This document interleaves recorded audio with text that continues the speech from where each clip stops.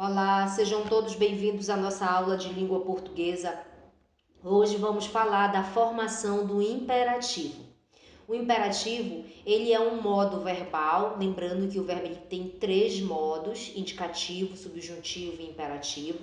E esses modos, eles expressam a atitude do falante em relação ao fato comunicado.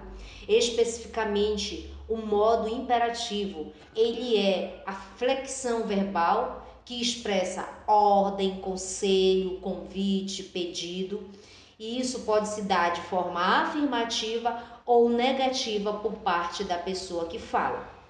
Nós podemos verificar a presença desse modo, por exemplo, vamos observar na imagem, dentro de mensagens publicitárias que geralmente expressam apelo, conselho, convite, e essas mensagens elas têm por objetivo influenciar e persuadir o público-alvo a quem a propaganda se dirige. Então a gente pode observar na imagem duas propagandas publicitárias. Uma é de chocolate, batom, que é uma propaganda muito persuasiva. A intenção é de convencer realmente seu público-alvo a comprar esse tipo de chocolate.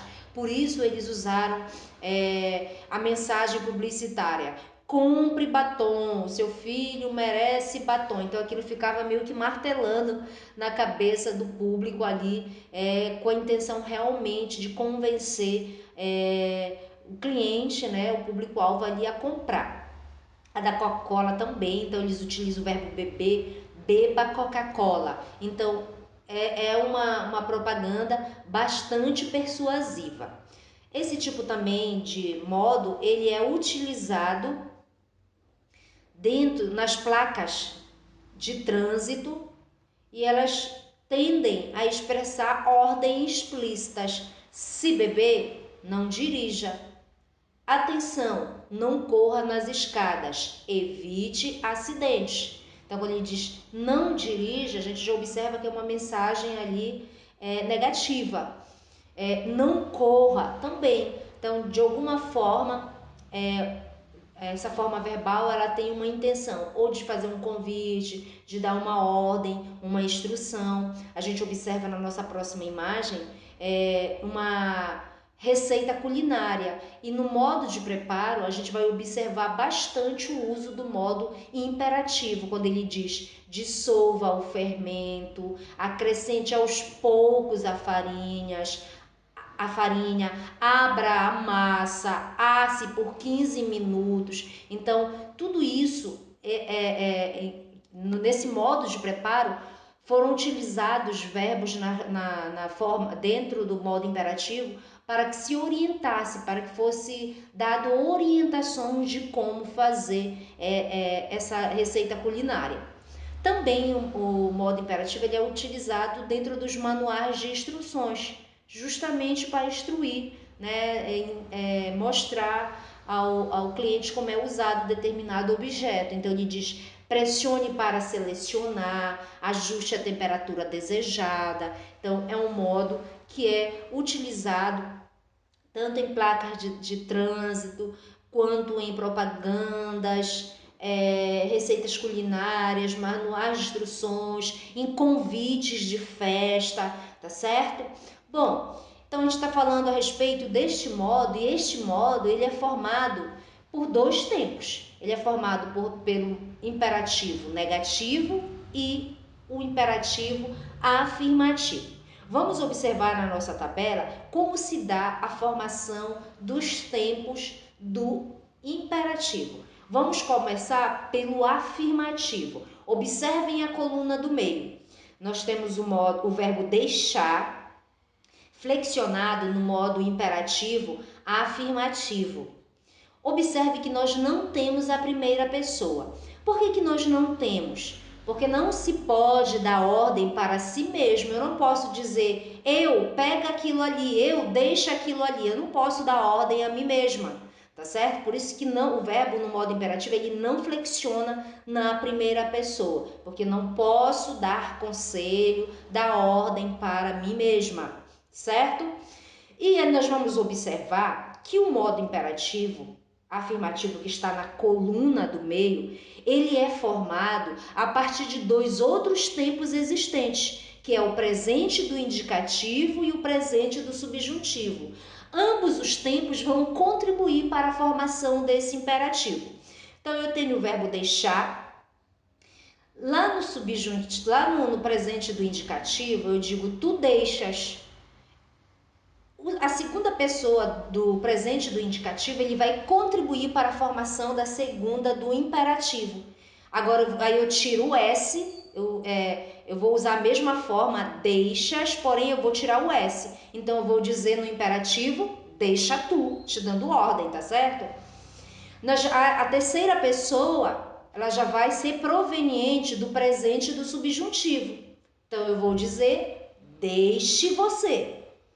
A primeira pessoa do plural também é proveniente do presente do subjuntivo. Deixemos nós. Já a segunda do plural vem do presente do indicativo, sem o S. Deixai vós.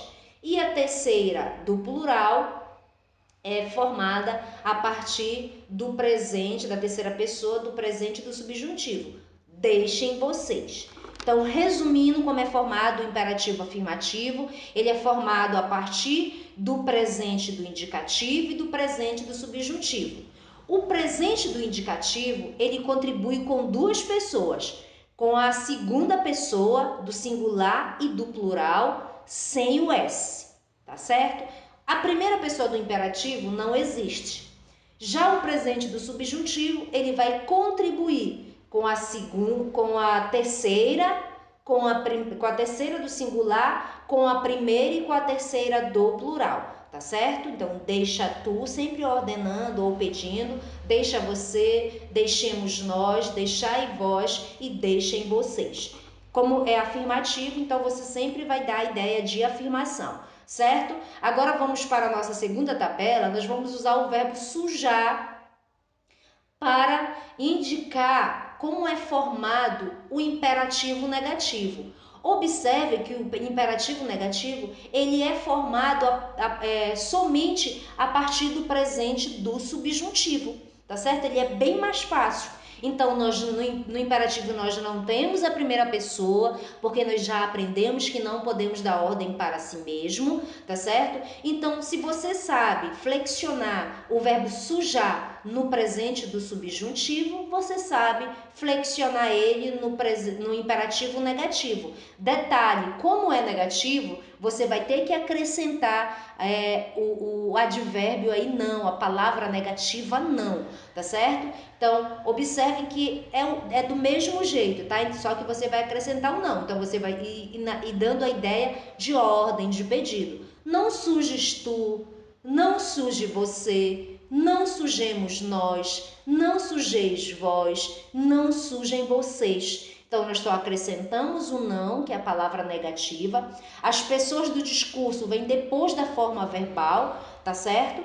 E observem que é flexionado da mesma forma que é formado no subjuntivo. Ó, a segunda pessoa do singular do subjuntivo, ele diz que tu sujes. Lá no imperativo negativo, eu vou dizer não sujes tu. Então, é a mesma forma, com exceção de que eu vou acrescentar uma palavra negativa e as pessoas do discurso elas vão passar para depois da forma verbal, certo? Eu espero que vocês tenham compreendido como devemos trabalhar esse modo verbal, que ele é um modo bastante utilizado e que tem dois tempos somente, imperativo negativo e imperativo afirmativo. Muito obrigada e até a próxima aula.